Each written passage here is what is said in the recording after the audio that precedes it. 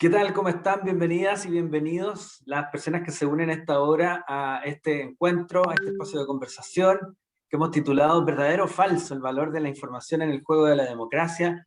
Mi nombre es Carlos Franco y quiero saludarles junto a Florencia Darrigrandi. Ambos somos codirectores del Diplomado en Periodismo de Datos y Fact-Checking. Hola, buenas tardes a todos. Les doy la bienvenida a nuestros participantes y en particular a Cecilia, muy agradecida de que haya aceptado nuestra invitación. Sí, Cecilia Derpich, un lujo de invitada, tengo que decirlo. Muy gentil además en aceptar compartir este espacio con nosotras. Cecilia es subeditora de investigación del Mercurio, creadora de El Polígrafo, un medio que viene haciendo fact-checking, verificación del discurso público, de lo que está pasando en materia política y también en la actualidad, en las noticias, en un contexto súper complejo porque ha ido creciendo la infoxicación y en un momento que es súper clave para nosotros como democracia, ¿no? Estamos hablando de un momento constituyente, un proceso para, eventualmente decimos, porque el proceso es bien largo, tener una nueva carta fundamental, pero además con un proceso complejo, ¿no? Porque es la dificultad que hay para poder comunicarnos en un contexto de pandemia, con encierro, con mucho de comunicación digital.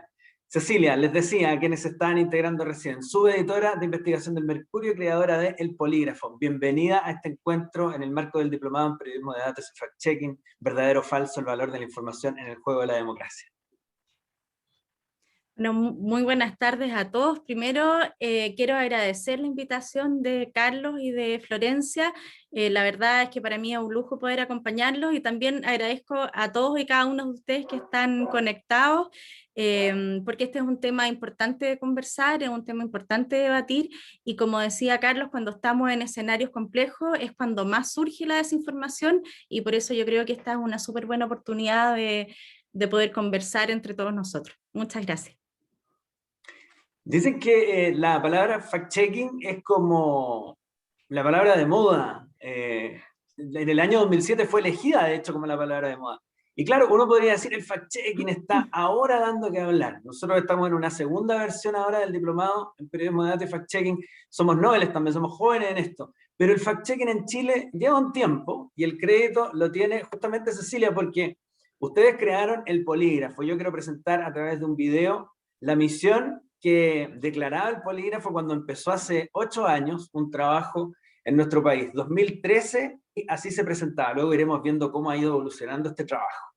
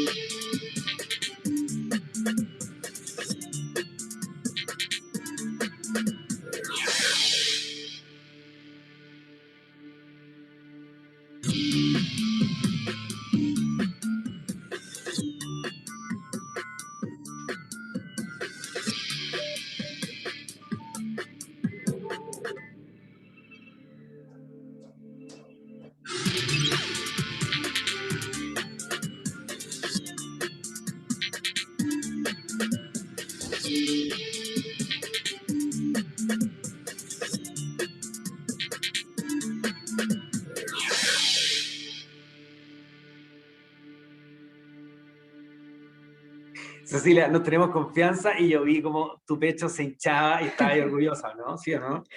Sí, la verdad es que para mí es súper emocionante mostrarles este video. Yo le comentaba a Carlos cuando estábamos preparando esta conversación hace algunos días que este video tiene los mismos años que tiene el polígrafo, ya son 8 años, que también son los 8 años que tiene mi hija, etcétera.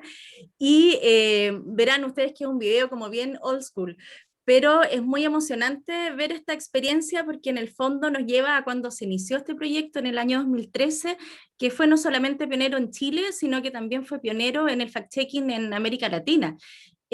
fuimos el primer medio de comunicación que formalmente hizo un proyecto de verificación de datos. Obviamente ya existía la experiencia de chequeado en Argentina, pero ellos lo hacían desde una organización y faltaba un medio que lo hiciera, y nosotros asumimos ese desafío en la campaña de 2013 pensando en una manera distinta de cubrir las elecciones. ¿Se acuerdan esas elecciones donde había 9 candidatos que eran una locura, digamos, de diferentes representantes de diferentes partidos, pero también varios independientes? Entonces nosotros dijimos, a ver, ¿qué aporte podemos hacer? Y ahí entonces pensamos en esta sección que ya cumple 8 años y que la verdad ha sido un proyecto que nos llena de orgullo en el Mercurio, que se ha sabido mantener y modernizar. Les voy a mostrar una pequeña presentación para visualizar cómo hemos recorrido ese camino desde la verificación de datos, que en el fondo era cuando tomábamos el discurso público de las autoridades y decíamos si era verdadero o falso, ¿no? Cosa que todavía hacemos, o las vueltas de carnero, que también seguimos haciendo, y que son muy divertidas. Bueno, el domingo publicamos ahí un especial en el Cuerpo C sobre el tercer retiro, y resultó muy impresionante ver los cambios de posición de todos los políticos. Les voy a mostrar la presentación, si me dan un segundo para compartirla, mientras Carlos ahí puede rellenar. Yo, mientras tanto, les recuerdo que pueden hacer preguntas. Estamos súper atentas a las preguntas que ustedes nos planteen ahí, y poder ir compartiendo de la manera bien relajada que hemos estado iniciando este diálogo. La idea es justamente poder acercar los contenidos, así que mientras más conexión tengamos, mejor. Perfecto, ahí se ve bien, ¿cierto? Impecable. Ya, perfecto. Yo les contaba que en el año 2013 nosotros partimos solamente con verificación de discurso público. Ahí en Chile y en realidad en ninguna parte del mundo existía este concepto como de las noticias falsas o fake news, que bueno, las personas que conocen más de este tema además no les gusta hablar de noticias falsas porque no son noticias y etcétera, pero coloquialmente les llamamos así, ¿cierto? Y avanzando ya en temas de investigación periodística, nosotros empezamos a notar en la campaña presidencial siguiente, en la de 2017, que comenzaron a circular informaciones falsas o desinformaciones respecto de los candidatos presidenciales de esa época. Entonces había muchos videos sobre Alejandro Guillé o sobre Beatriz Sánchez que nos mostraban cosas que no eran reales, y nosotros ahí pudimos detectar que en Chile se estaba dando esta tendencia que ya habíamos visto en la campaña, ¿cierto?, de Estados Unidos. En ese sentido, tenemos la suerte de que, como la campaña de Estados Unidos siempre es un año antes, o la elección, podemos ir viendo lo que sucede allá y cómo esto también se replica después en Chile. La cosa es que en esa campaña nosotros comenzamos a ver desinformación y noticias falsas, y detectamos, fíjense, solamente en ese año, el 2017, que por lo menos se habían creado 20 sitios web que compartían informaciones falsas. Y esos sitios web y también algunas cosas que se compartían en Twitter o en otras redes sociales fueron vistas o compartidas por más de 3,5 millones de veces, es decir, tuvieron 3,5 millones de interacciones, likes, comentarios, me gusta, etc. Y ahí nosotros entonces nos empezamos a preguntar si este era un fenómeno acotado para la elección o se expandía a otras áreas. Y entonces comenzamos a meternos en el tema de las noticias falsas, y ya en el año 2018, o sea, al año siguiente, inauguramos una sección especial de fake news en el Mercurio. Ahí era muy interesante porque lo que se podía ver era que los temas que causaban más conflicto a nivel social eran también los que se veían replicados en estas desinformaciones. Entonces había muchas noticias que atacaban, por ejemplo, a los migrantes, mucha desinformación. ¿Se acuerdan que en ese año el fenómeno migratorio era especialmente potente en Chile? Y también muchas desinformaciones políticas, por ejemplo, que Camila Vallejo era dueña de un convertible, ese tipo de cosas que andaban dando vuelta. También también muchas noticias falsas en ese tiempo relacionadas con desastres naturales, esto de que viene un gran terremoto, o inventaban cosas como si gana la selección habrá un feriado, digamos, cosas que a uno le parecen ridículas, pero que en ese tiempo comenzaban a circular y la gente las creía. Entonces esta sección se fue volviendo más potente dentro del diario y a su vez también el fenómeno fue creciendo. Entonces, el primer año, yo les decía, 2017, tuvimos 3,5 millones de interacciones en noticias falsas que nosotros pudimos medir, y ya el año siguiente casi se triplicaron, 11,5 millones. Y ahí nosotros dijimos, wow, este es un fenómeno que está muy, muy presente en Chile, al igual que en el resto del mundo.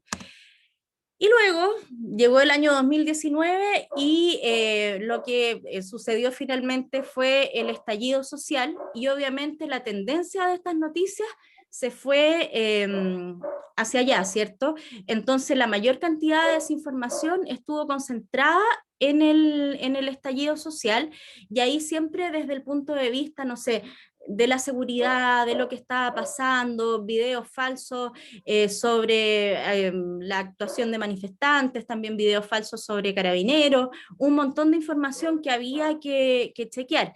Y ahí también es muy importante, me imagino que lo habrán conversado tanto en el diplomado como ustedes que están en sus casas viendo esto, surgió también en Chile, que es muy importante, una comunidad o surgió como tendencia nuevos proyectos de fact-checking en Chile, que la verdad muchos de ellos muy buenos se mantienen hasta ahora, y eso también es una alegría para el desarrollo de esta disciplina o herramienta o como queramos llamarla. Eso pasó en 2019 y nos dimos cuenta de que estaba esta necesidad de seguir chequeando la desinformación. Y resulta que en 2018 vino en 2020, perdón, vino la pandemia. Y ahí entonces volvimos a corroborar esta visión que nosotros teníamos, que cuando surge un hecho complejo, aumenta la desinformación. Fíjense que, como dice la presentación, el primer mes de pandemia nosotros medimos 100 noticias falsas que circularon a partir del estado de catástrofe. La mayor parte de ellas se viralizaba por WhatsApp, y como ustedes recordarán, porque les habrá llegado un WhatsApp de la familia o en el WhatsApp de los vecinos, digamos, las tendencias más importantes eran los falsos consejos médicos, ¿cierto? Esto como de tome alcohol y se va a curar del coronavirus, hay que tomar sol, la dieta alcalina, etcétera, pero también muchas medidas que apuntaban a generar como inseguridad en las personas. Entonces todo esto como que se va a acabar los suministros, o van a lanzar un bono que no era cierto al final. Eso fue lo que caracterizó el año pasado. Y yo diría que este año una de las tendencias más importantes, ¿cierto?, han sido las desinformaciones respecto de las vacunas, que ahí también tenemos una amplia variedad y muy peligrosa variedad de desinformación que está recorriendo, ¿cierto? Y tenemos todos estos grupos antivacunas que se han desarrollado, que transmiten una cantidad de desinformación espantosa y que uno puede ver cómo se replica hasta ahora. No sé si vieron hoy, por ejemplo, un tuit del exdiputado Hugo Gutiérrez, donde él compartía afirmaciones en torno a que la pandemia no existía y que esto en realidad es una pandemia, y que ya líderes mundiales lo habían advertido hace bastante tiempo. Acá ustedes pueden ver algunas tendencias que nosotros logramos medir, donde los consejos de salud, como yo les decía, las falsas medidas y las noticias falsas sobre falta de infraestructura fueron las que predominaron el año pasado, y nosotros detectamos que al menos en 2020, obviamente todavía no hacemos el mismo ejercicio para el año 2021 porque es un ejercicio anual, pero 4 de cada 10 noticias falsas se relacionaron con el coronavirus. Nosotros el año pasado en el polígrafo chequeamos más de 350 desinformaciones. Y eso no incluye todo lo que seguimos haciendo con los políticos y lo que seguimos haciendo también en el ámbito de investigación.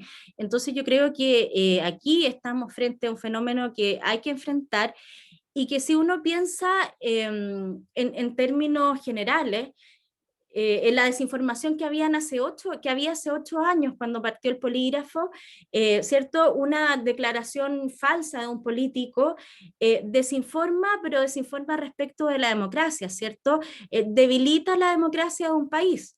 Pero cuando estamos hablando de, por ejemplo, consejos falsos respecto del coronavirus, si yo convenzo a alguien de que tomar cloro me va a ayudar o que tomar alcohol me va a ayudar, no solamente estoy atacando la democracia, sino que estoy atacando directamente la salud de las personas. De hecho, hay países como Irán donde personas murieron por seguir estas noticias falsas. Entonces, es muy importante que existan personas, que existan organizaciones, pero que también existan medios de comunicación, que es el esfuerzo que estamos haciendo nosotros desde el Mercurio para luchar y combatir la desinformación. Es bien interesante hacer el recorrido, porque mientras tú nos mostrabas esto, Cecilia, yo recordaba un poco la historia del fact-checking a nivel mundial. Brooks Jackson en la década del 90 en Estados Unidos haciendo chequeos para CNN cuando chequeaba en ese entonces las promesas de George Bush padre y cuánto cumplía de esas promesas. Luego las promesas de Clinton y cuánto cumplía de esas promesas. Y después este hombre se fue a la academia, creó un centro en Annenberg School y ahí generó todo un cuento y esta combinación entre lo académico y los medios, pero siempre desde la política. Fue en Estados Unidos con esas dos presidencias. Después uno se va a Argentina 2010, también había un proceso político importante. En Chile 2013 nacen ustedes y había votación, había elección.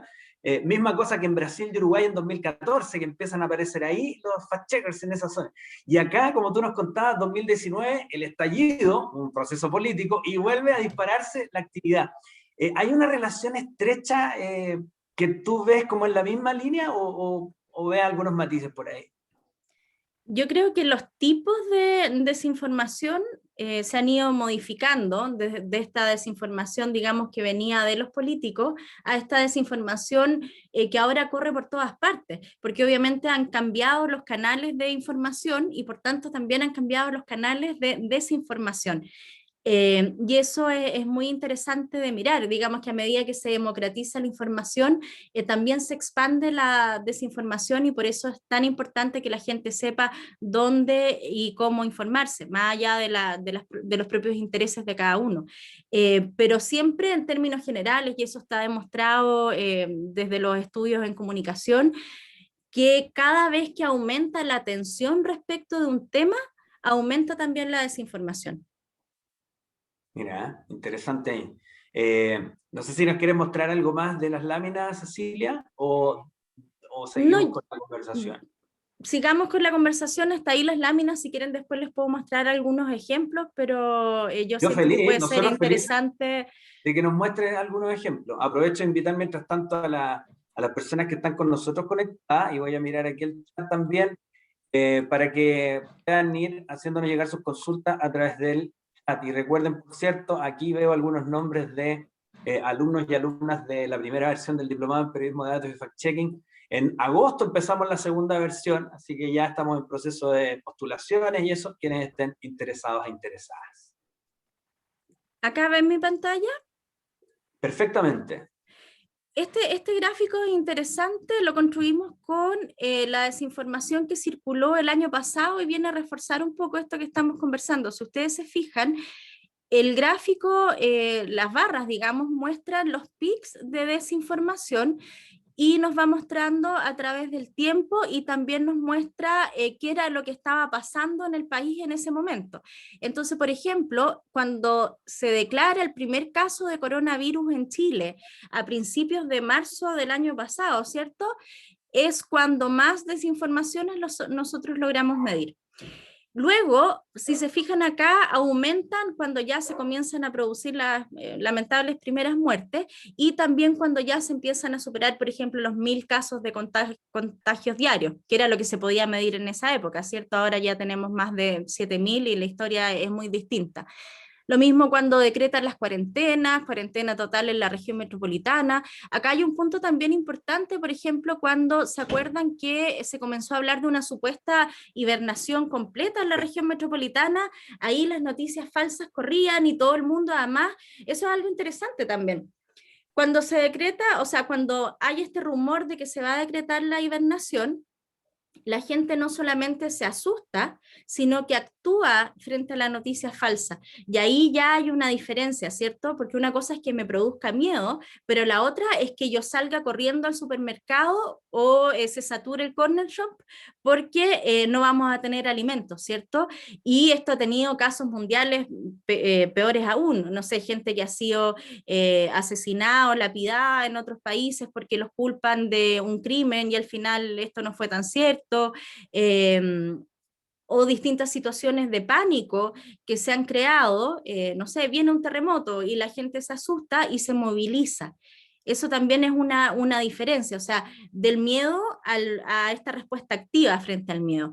Y como pueden ver también acá en el gráfico, cuando ya ocurre el plebiscito y el aniversario del estallido social, ahí nuevamente aumenta nuestra curva de noticias falsas y después ya esto baja la carga informativa, por lo tanto bajan de nuevo las noticias falsas y vuelve a aumentar cuando ya el ISP autoriza, ¿cierto?, las primeras vacunas o se comienza a pensar en el periodo de vacunación, ¿cierto? Y ahí de nuevo aumentan las noticias falsas, esta vez en contra de las vacunas. Increíble. Está súper claro el gráfico, o sea, es bien impresionante hacer ese ejercicio de ponerse en lo que tú nos planteabas, cómo una noticia falsa se convierte finalmente en una acción. O alguien podría decir también en un bloqueo. Yo escuchaba por ahí en una conferencia de analistas políticos, decían que en una elección mexicana habían hecho la estrategia de decir en el horóscopo de todos los signos, no salga de su casa, y había sido pagado como un inserto de un equipo de campaña que quería que la gente no fuera a votar por ningún candidato porque al bloquearlo, su candidato, el de este equipo de campaña, se beneficiaba. O sea, el buscar el bloqueo o la acción de un grupo determinado a través de mensajes que son maliciosos, evidentemente. Sí, eso es bien impresionante. Aquí se juega la democracia, porque sabemos que no es un juego. Nosotros le pusimos ese título de En el juego de la democracia, pero porque se juegan estas cosas. ¿Cómo ves tú eso, Cecilia? Yo siento que es algo que está como que en el fondo la democracia ahora está bastante contaminada por este tipo de fenómenos. Obviamente no le vamos a echar solamente la culpa a las noticias falsas, sino que también tiene que ver con la desinformación que viene desde los propios políticos. Y no solamente de los políticos que comparten noticias falsas, como este ejemplo que yo les daba hoy de Hugo Gutiérrez, pero también han habido otros políticos que han compartido desinformaciones, sino que también de las propias afirmaciones que hacen ellos de temas políticos. Y nosotros en el polígrafo, el ejercicio que hacemos semana a semana, es justamente sacar a la luz estas falsedades que encontramos. Entonces, por una parte está la desinformación que viene como desde las instituciones y desde la política, pero también todas estas otras que van rondando y que al final hacen que la gente viva con cierta desconfianza, ¿cierto? Desconfianza de las instituciones, desconfianza y de todas las instituciones, obviamente no solamente de los políticos, también de la iglesia y de distintas aristas o ámbitos de la sociedad. Entonces, claro, si las personas ya no confían en sus políticos ni confían en las instituciones gubernamentales, etcétera, obviamente eso desincentiva el voto, hace que la gente ya se comporte de maneras más radicales y todo eso va ensuciando el ejercicio democrático que podamos hacer. Y por eso yo repito que es muy importante que existan iniciativas de chequeo, que a los estudiantes se les prepare para realizar chequeo, y por eso también es muy importante lo que ustedes están haciendo desde el diplomado, porque aquí hay una cosa importante también. El chequeo de datos se construye desde la confianza. Nosotros en los 8 años del polígrafo hemos hecho una labor muy exacta y hemos construido una confianza con nuestros lectores. A costa de una metodología de trabajo que es muy exacta. Nosotros tenemos 7 pasos de verificación que no los inventamos nosotros, sino que los aprendimos con PolitiFact, que fue el proyecto estrella, digamos, del chequeo de datos y que ganó el Pulitzer en el año 2010 por esta nueva herramienta o disciplina, como queramos llamarle al fact-checking. y no nos movemos de ese ejercicio de verificación. Obviamente lo hemos ido perfeccionando, pero hemos desarrollado una rigurosidad en nuestra metodología. Y eso es súper importante que se mantenga, porque si nosotros todas las semanas, por ejemplo, tuviéramos reclamos no sé, que hicimos mal nuestro trabajo, tampoco habría confianza en nosotros. De hecho, comentábamos con Carlos hace poco que el polígrafo tiene una sección que se llama réplica, donde las personas que son chequeadas pueden decir que no están de acuerdo con su chequeo, les damos el espacio, digamos, a que puedan tener esa vitrina para mostrar su posición, pero nosotros volvemos a responder y volvemos a hacer el ejercicio de chequeo, y los datos son los que mandan. Entonces, aunque el político no esté de acuerdo con su calificación, si salió falso, media verdad, etcétera, los datos son los que mandan y los datos son inapelables. Obviamente uno podría decir, bueno, depende de la fuente de los datos, y ahí hay una discusión bastante grande, pero cuando uno tiene un dato, y un dato bien construido, es muy difícil de debatir. Y eso en periodismo yo creo que es súper importante. No estar con las opiniones o con las suposiciones, sino que hablar de datos concretos. Ahí nos preguntaba Joaquín, en el público, ¿es directamente el polígrafo por el detector de mentiras? Sí. Ya. Bueno, el nombre, obviamente nosotros teníamos un montón de nombres posibles, pero surgió esta idea de hacer el juego entre política, poli, y polígrafo, el detector de mentiras. Y nos calzó perfecto el concepto, y ahí trabajamos ya el diseño gráfico de la sección, que es de Olea, el diseñador del Mercurio, y desde ahí que nos mantuvimos con las calificaciones, el nombre y todo lo que es la sección hasta ahora. Oye, y eso mismo tomándome la pregunta de Joaquín, porque si yo aparezco en una sección donde de frente se declara ser un detector de mentiras, yo político acostumbrado a que me rocen nomás con las preguntas en las conferencias de prensa, pero trato de evitar lo más posible. ¿Hubo reticencias, ciertas reacciones de los políticos al comienzo medio incómodos o molestos por la aparición de esta sección nueva? Mira, al principio la verdad es que era como bien triste porque nadie nos pescaba.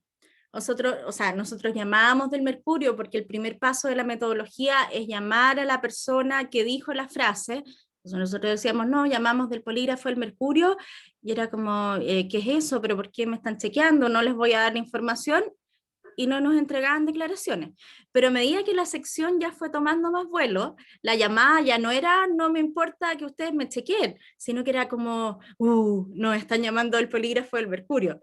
Y hasta ahora es muy interesante ver la reacción que tienen, porque siempre hay como una preocupación de los políticos, de los asesores de prensa, de respondernos, y nos envían sus estudios, nos envían lo que avala su supuesta información, y nosotros también siempre tratamos de hacer un reporteo muy dentro de los estándares periodísticos. O sea, jamás vamos a llamar y decirle usted mintió y no sé qué, sino que en realidad trabajamos desde la base de que uno se puede equivocar, y en el fondo no estamos tratando al político de mentiroso, sino que estamos diciendo que su frase no es correcta. Y ahí también hay una diferencia.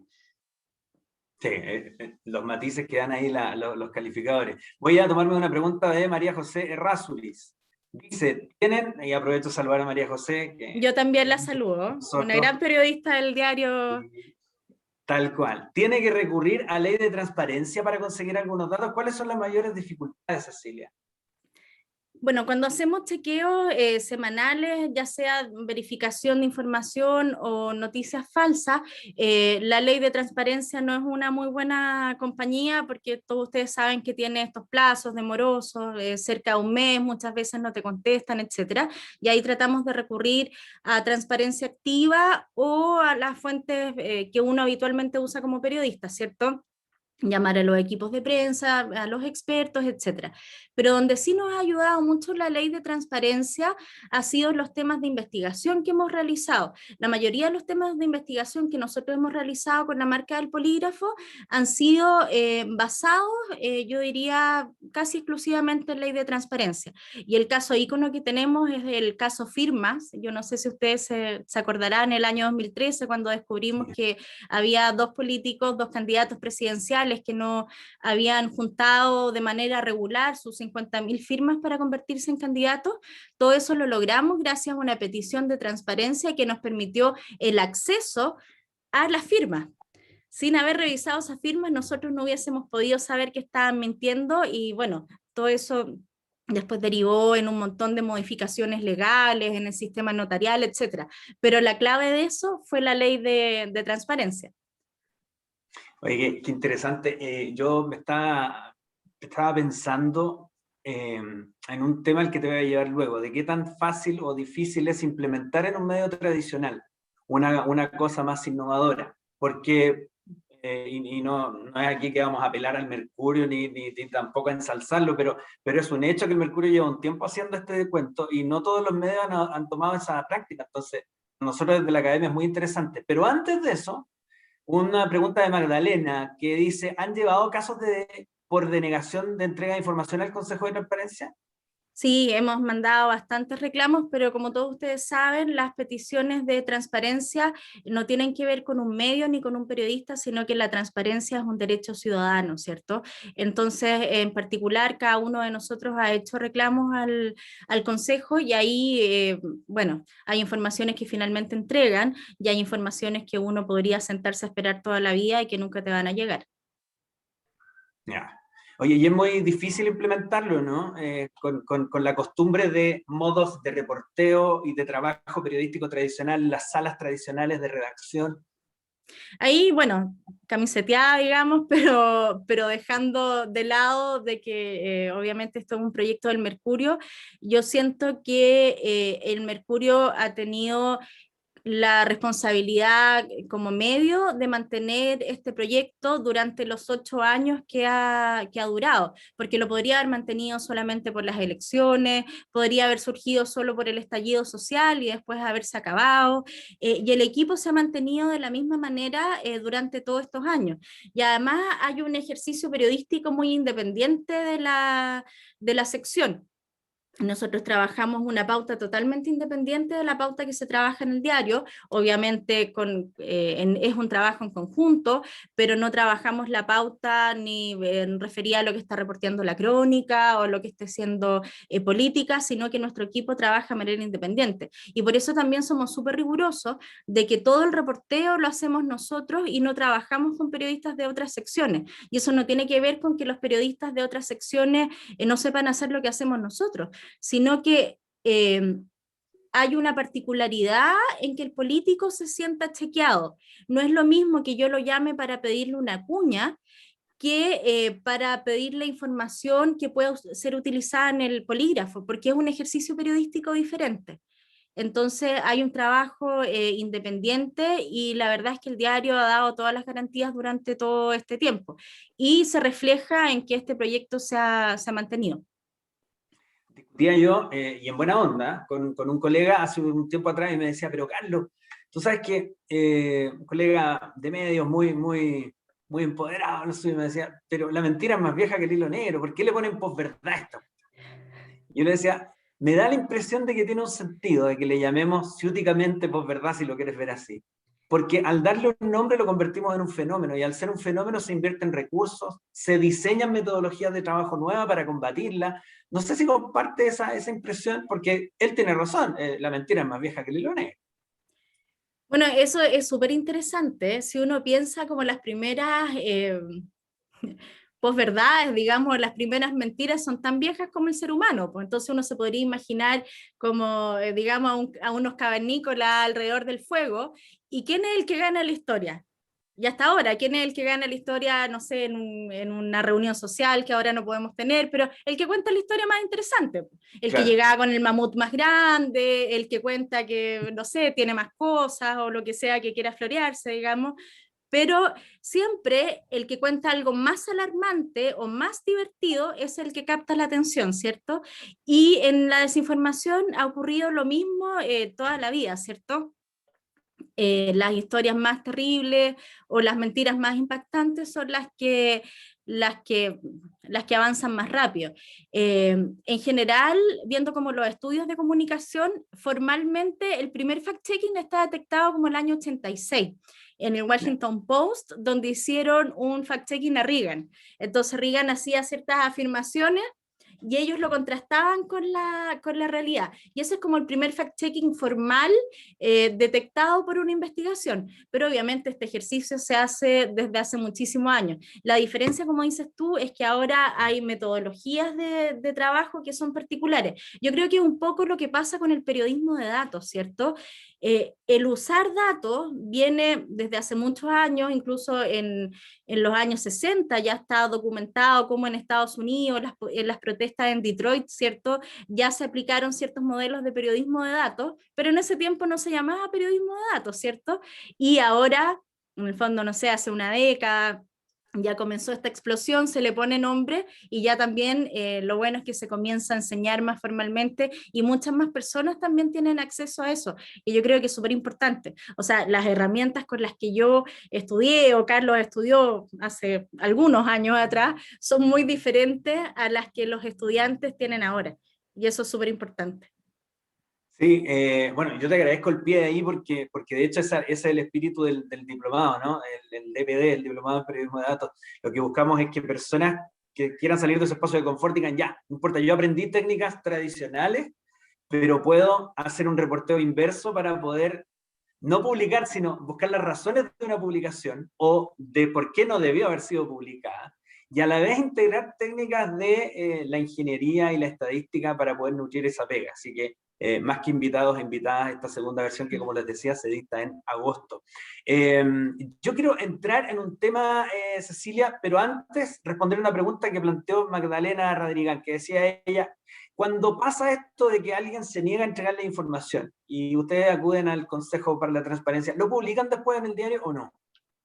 No me ha tocado, no me ha Ya. tocado, no sé en el resto de las secciones, sé que hay medios que trabajan con ese tipo de publicaciones, por ejemplo, uno puede ver en sí, pero en otros lugares donde dicen, bueno, este fue nuestro proceso de investigación, no nos entregaron la información y cuando ya se las entregan publican también una noticia con eso, pero a nosotros no nos ha tocado esa situación. Ya. Bueno, yo estaba recordando a Farhad Manjoo, que escribió el libro True Enough, la verdad suficiente, con una pregunta bien interesante. ¿Cuál es el valor de veracidad suficiente para que uno publique algo? ¿Cuál es el valor de veracidad suficiente para que uno le dé crédito a una cosa? Que de repente es la típica, pero si me llegó por WhatsApp, y por eso es cierto, y estamos como estamos. Entonces, Farhad Manjoo dice, oye, mira, los temas de baja retroalimentación, esos donde recibimos poco insumo para poder chequear, son altamente probables como terreno fértil para la noticia falsa. Y Farhad Manjoo escribe a comienzos de 2000, que es en un momento en que, claro, los medios digitales estaban naciendo, pero no tanto como hoy día. Y hoy día podríamos decir, claro, tenemos de alta retroalimentación porque recibimos de todo, pero no, quiero llegar al tema de cómo la alta retroalimentación finalmente igual es engañosa, porque termina siendo infoxicación. ¿Cómo puede navegar uno con esas dificultades? ¿Qué diablos será? Mira, yo creo que uno se puede dar cuenta de inmediato cuando algo es probablemente falso porque te llega desde muchas partes. O sea, todos nosotros estamos incluidos en un montón de grupos de WhatsApp, ¿cierto? Cuando una información nos llega ya, no sé, de 3 lados distintos, ahí es decir como, chuta, algo está pasando.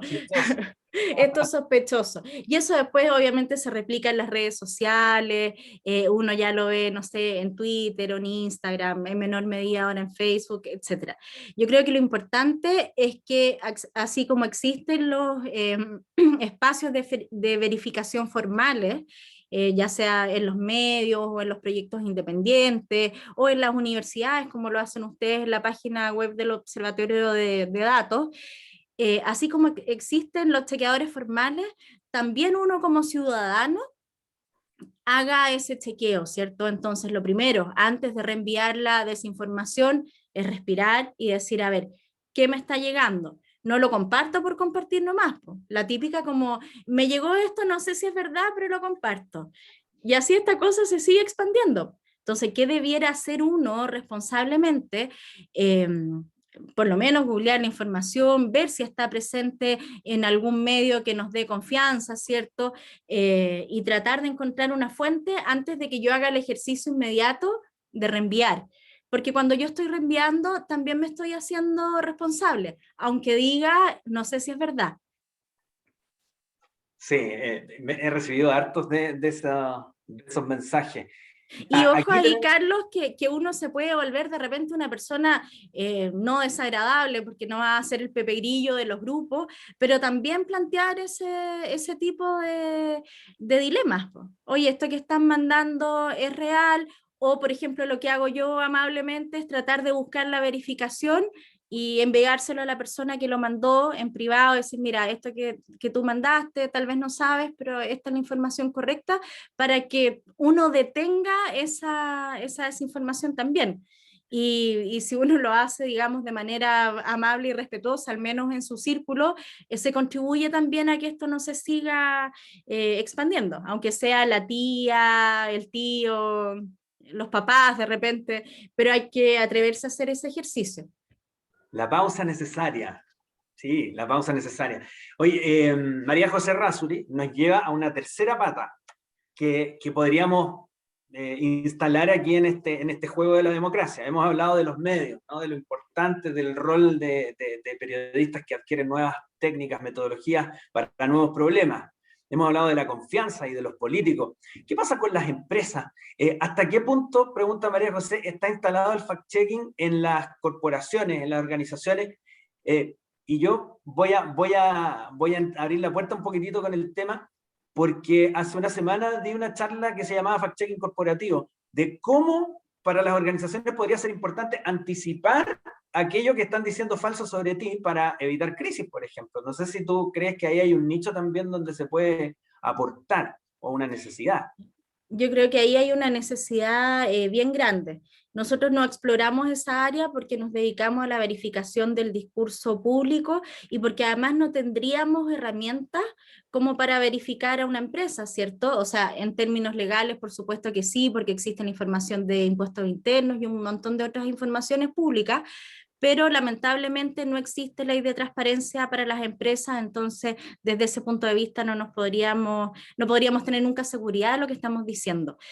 Pero sí he visto experiencias extranjeras donde instituciones y también empresas utilizan las mismas herramientas del fact-checking. Entonces me acuerdo perfectamente una localidad española, la autoridad local, digamos equivalente al municipio, tenía su propio fact-checking hecho claramente desde los intereses de ellos, pero donde chequeaban las informaciones que según ellos eran falsas. Y hay empresas también que se dedican a hacerlo. Ahora ahí también es delgada la diferencia porque, insisto, la información que existe respecto del sector privado no es lo mismo que existe respecto del sector público. Entonces, al menos para nosotros, la realidad chilena sería mucho más complejo. En Estados Unidos vivimos algo donde se tocaron ambos mundos en la teleserie que fue la última elección presidencial. Porque, bueno, es sabido que Trump en transmisión en vivo, con GC que los canales tenían que cambiar sobre la marcha para decir que estaba haciendo acusaciones de fraude que no estaban comprobadas, que fue increíble eso. Después vino el capítulo en que Giuliani empezó a acusar a las empresas que tenían los votos electrónicos. Y ahí se conecta esto del fact-checking corporativo con el de los políticos. ¿Por qué? Porque recuerdo que Symantec, que es una de las empresas que se vio afectada por las declaraciones de Giuliani, tuvo que hacer un Q&A, un pregunta y respuesta en su sitio corporativo y conectarse además con fact-checkers que habían hecho en medios de comunicación el chequeo de que la acusación era falsa, y pusieron esos reportes en su web corporativa para poder decirle al mundo, ojo, que nosotros no tenemos nada que ver con ningún boicot desde Venezuela contra el gobierno de Trump, que era básicamente una de las acusaciones que hacía Giuliani. Entonces, hemos tenido que aprender todo sobre la marcha esto, Claro. ¿no? Bueno, tomando el ejemplo que tú dices, a nosotros nos pasó hace un par de años atrás que corrió una desinformación que era que los hijos de Piñera eran dueños de Didi. No sé Ya, si se de acuerdan acuerdo, ustedes o tú te acuerdas, Carlos, que los hijos de Piñera eran dueños de Didi, entonces Didi se estaba saltando como ciertas regulaciones y por eso le permitían funcionar. Esa era un poco la tónica de esta desinformación. Y nosotros y chequeamos no solamente con los hijos de Piñera, porque eso era pedir la versión, sino que chequeamos con Didi, terminamos hablando con unas personas en China que nos mandaron todos los protocolos de la empresa, la inscripción internacional y todo, y definitivamente Didi no era de los hijos de Piñera. Hicimos el chequeo, lo publicamos y después me acuerdo que, digamos, muy hábilmente Didi tomó nuestro chequeo y en su cuenta de Twitter lo publicaba. Y en el fondo no es que lo certificó el Mercurio, no sé qué, pero era como, miren, que en realidad esta información no solamente la negamos nosotros, sino que además hay un chequeo de por medio.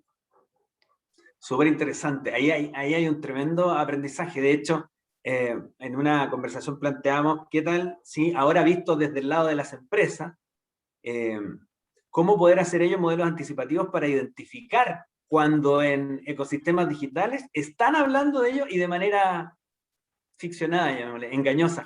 Oye, ¿cómo le haríamos un fact-checking al fact-checking?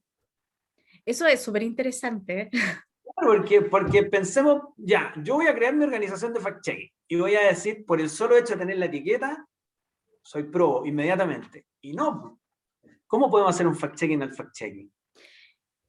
Yo creo que ahí lo más importante cuando, si, no sé, a mí me tocara analizar un proyecto, lo que yo veo cuando surge un proyecto es de dónde viene, y eso también es súper importante porque es distinto si es un proyecto independiente que cuando, no sé, pues una institución se dedica, entre comillas, a hacer fact-checking, como cuando Carabineros pone noticias falsas o el CERVEL pone su etiqueta de noticias falsas, eso no es fact-checking. Ahí ellos están desmintiendo una información, pero una información que les ataca directamente a ellos.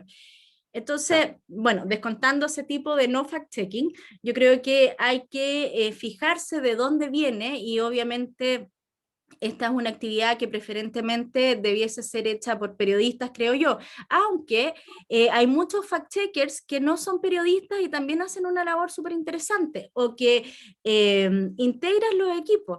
Por ejemplo, en Chequeado, la misma Laura Sommer, la directora, no es periodista, sino que es abogada y está a cargo de este gran proyecto de fact-checking junto a personas de distintas disciplinas. Entonces, yo siento que tiene que haber un equipo que esté conformado, que tenga un compromiso con la veracidad, pero ahí vuelvo a insistir en que se trabaje con una metodología y esa metodología ojalá debiese ser muy bien explicitada. Nosotros decimos cuáles son nuestros 4 pasos, decimos los 7, perdón, decimos cuáles son nuestras calificaciones, no hay una sorpresa en eso y todo el mundo sabe cuáles son las reglas del juego de este chequeo. Y no cambiamos la metodología dependiendo de las personas. Y yo creo que eso es súper importante, o sea, yo no puedo llegar y decirle a otro que está diciendo cosas falsas si no soy riguroso, si no tengo una metodología y si no hago mi trabajo siempre de la misma manera. Súper interesante el punto. Transparencia, entonces, explícita metodología, que sea comprensible, que se publique y que los calificadores sean claros. Hay calificadores muy entretenidos. A mí me gustan los de la Católica, del proyecto que lidera Enrique Núñez Mosa.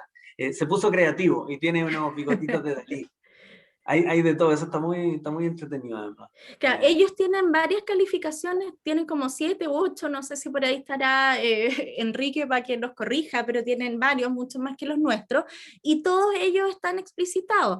Y en el caso del fact-checking de la Católica también tienen su metodología de trabajo muy clara.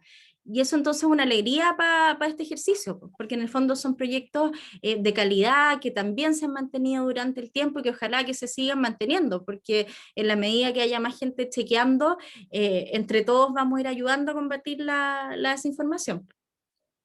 Tal cual. Cecilia, creo que hemos abordado hartos puntos aquí.